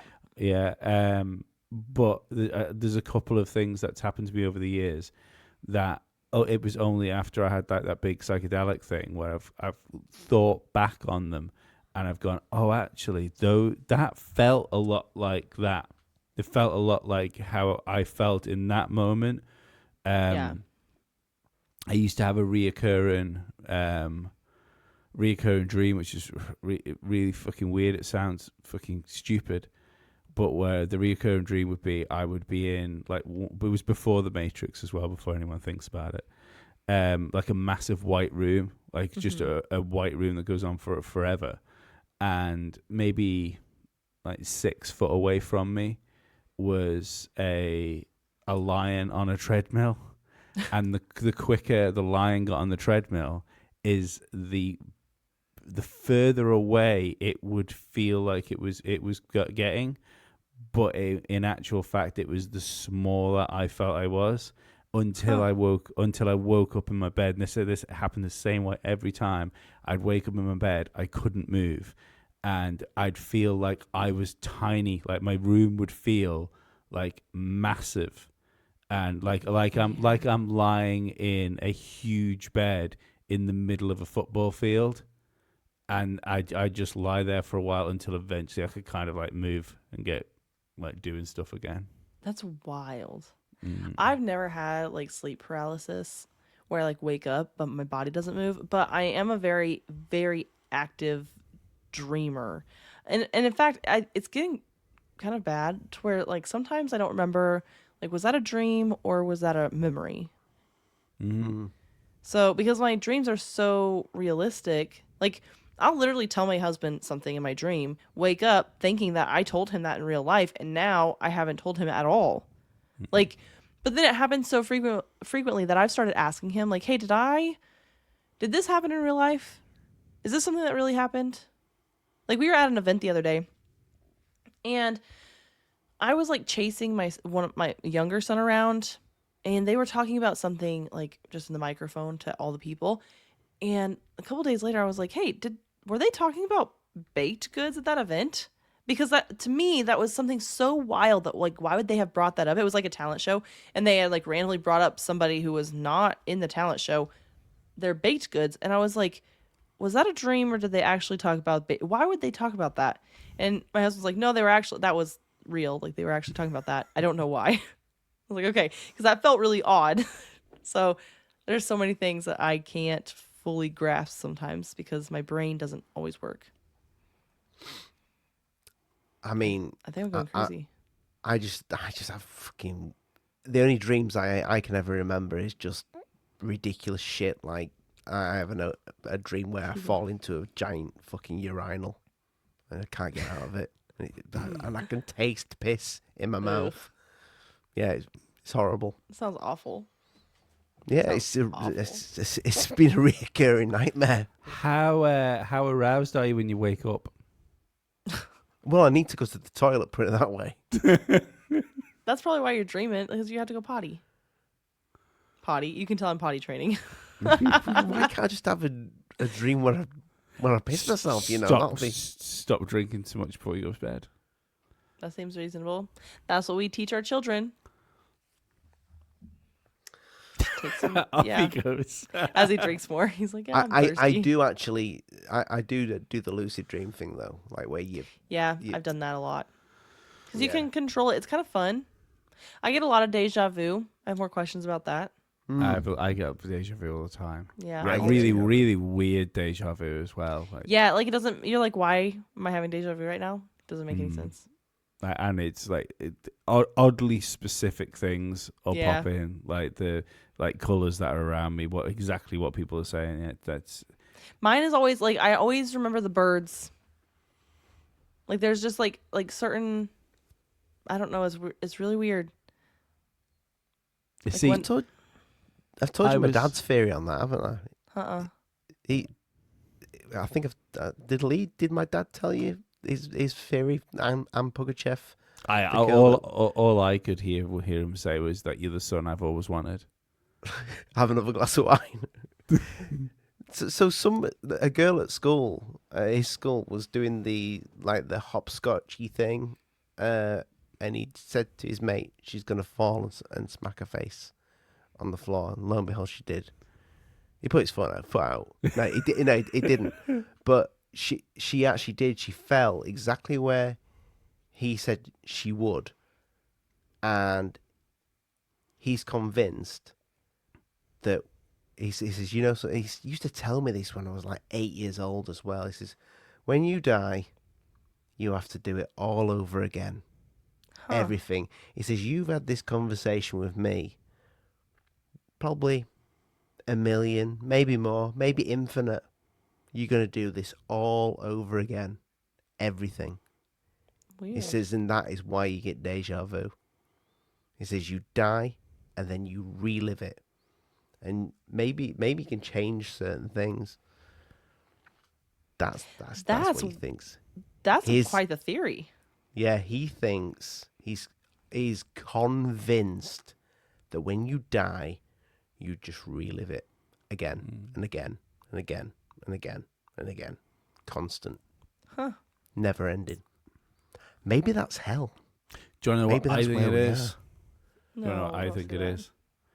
I think it's the fact that there is, for everything that goes on, every word we say, every fucking blink we make, there's like 1 billion fucking choices that happen. Like, right now, I could fucking decide to put my headphones down, never do a podcast again, or I could boot Ollie off and watch the fucking ratings I saw.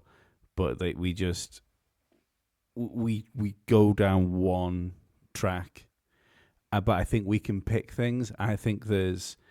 that's one of the reasons people see reoccurring numbers. I think those are the times, like when people see reoccurring numbers and things like that, those are the times where if you focus on that, you can focus. It's the same as the whole, The Secret, the idea of like asking the universe for things. Mm-hmm. I don't think you're asking for the universe. I think you just project into the universe that of all of the infinite possibilities and decisions that I'm making. That's the one I want. That's you're selecting. You're trying to select the infinite possibility.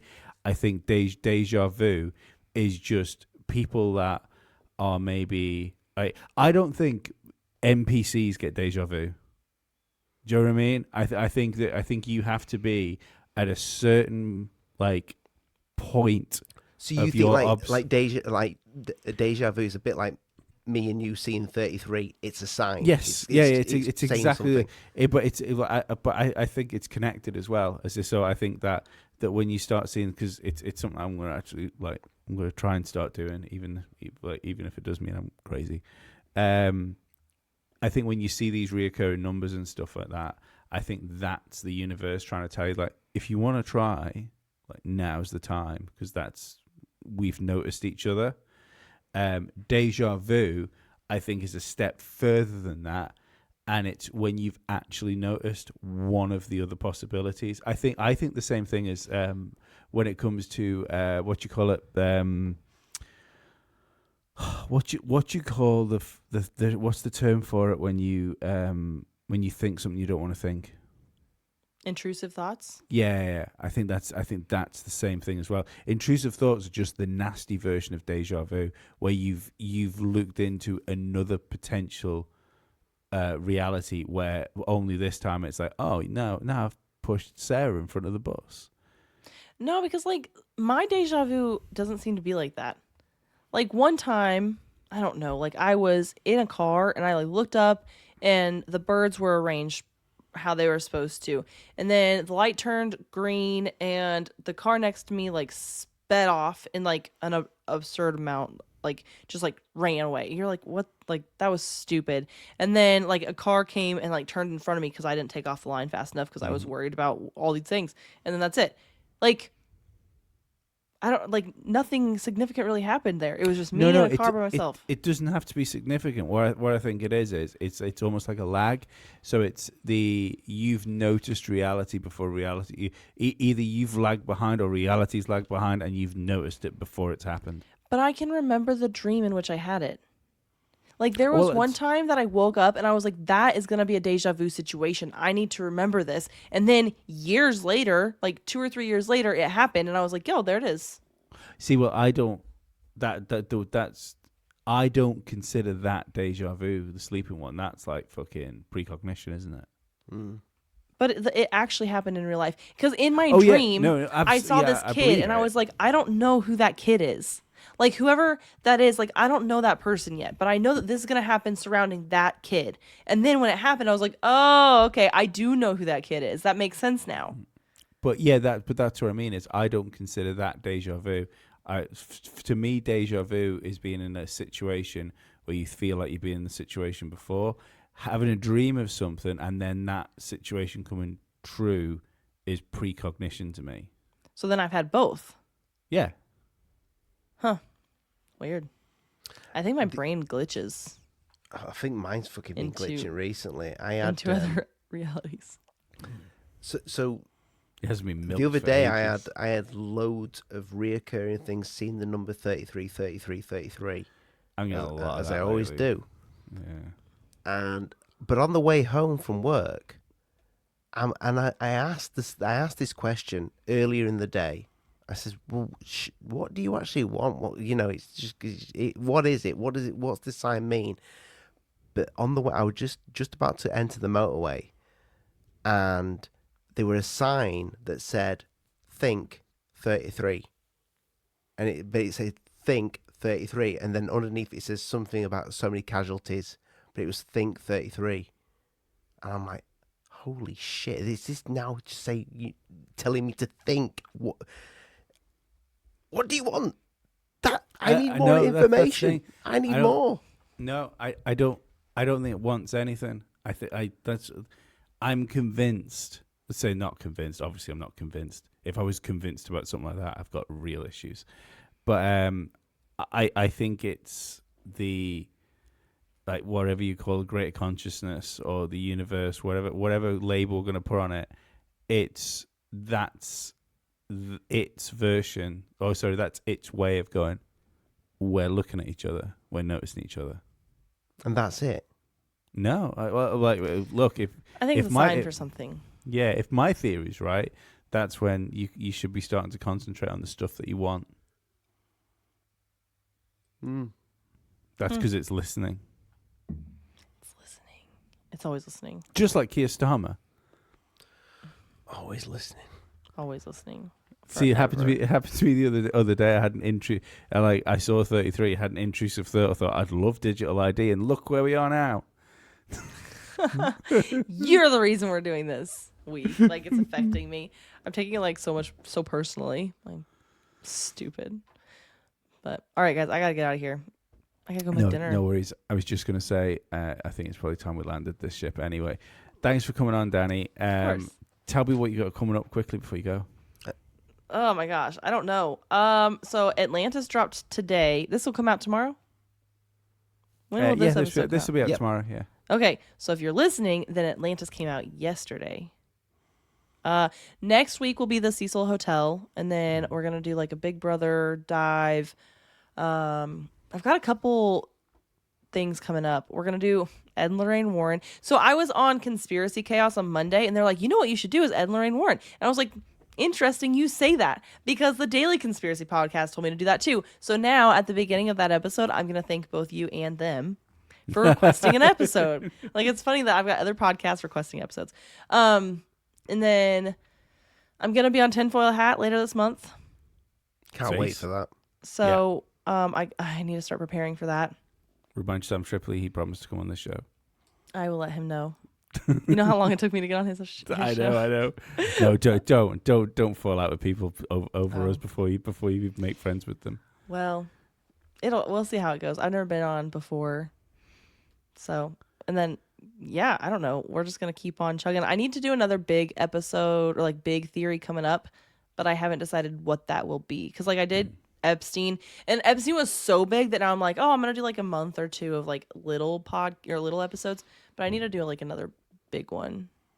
So, although Atlantis, it seems like people are really, really excited about that. And I did do a Charlie Kirk episode, of course. Yeah, me and my wife were listening to that tonight, actually, in the Oh, kitchen. well.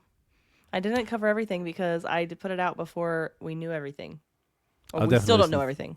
I'll definitely listen to the Atlantis episode tomorrow. I love Atlantis conspiracy theory. I think it was a global civilization. Like Maybe they tried to be like, Tartaria. oh, it was just. I don't think it was Tartaria. I don't think so. Do you think so? I think it was I Tartaria. mention it in the episode, but personally, I don't think that's what it is. I'm going to listen oh. tomorrow. Yeah, I think they're what left the buildings, that global civilization. I think that they are more sophisticated than even that. I think this can sound so stupid.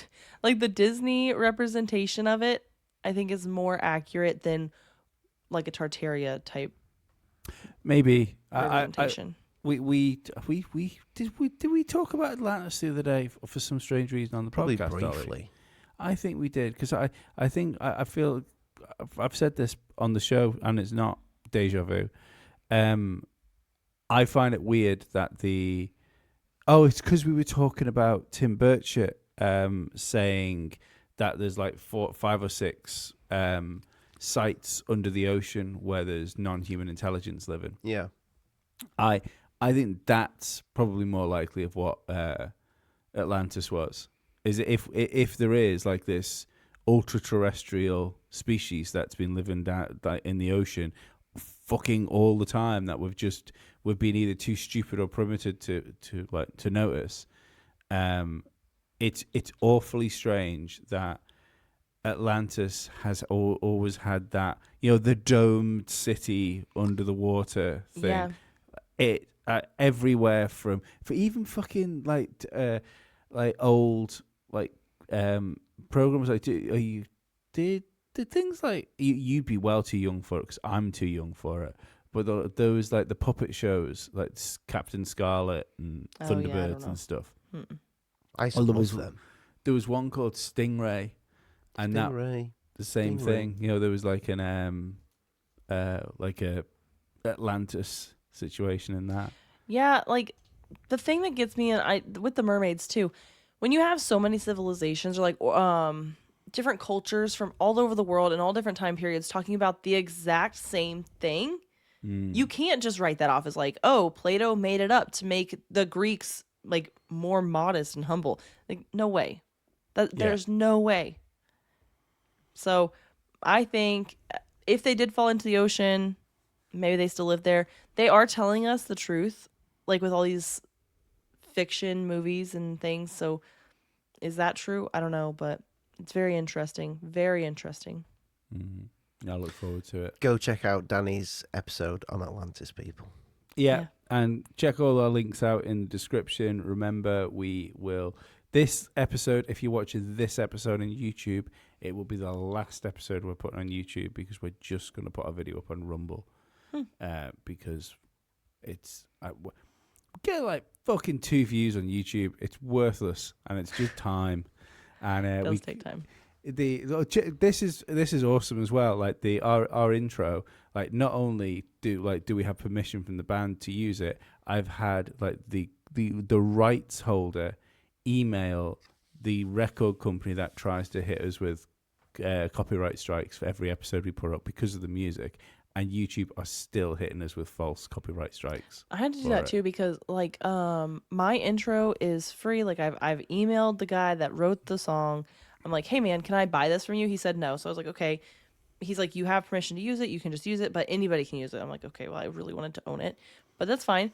But on YouTube, I don't put my intro music.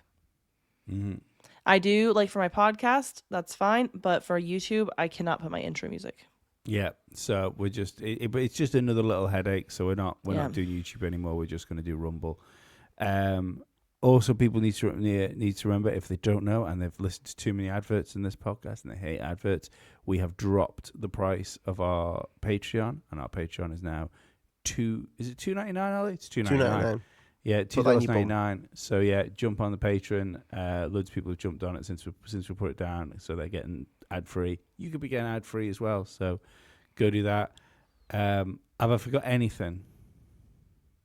No, mate. Awesome. Thanks, Danny. Thanks for coming on again. Of It's course. been Thanks for having me. wonderful. Ollie, say Yes, well. something to take us out. Well, I did want to say something earlier about when you mentioned Sean Ryan, because do you know police dogs? What about him?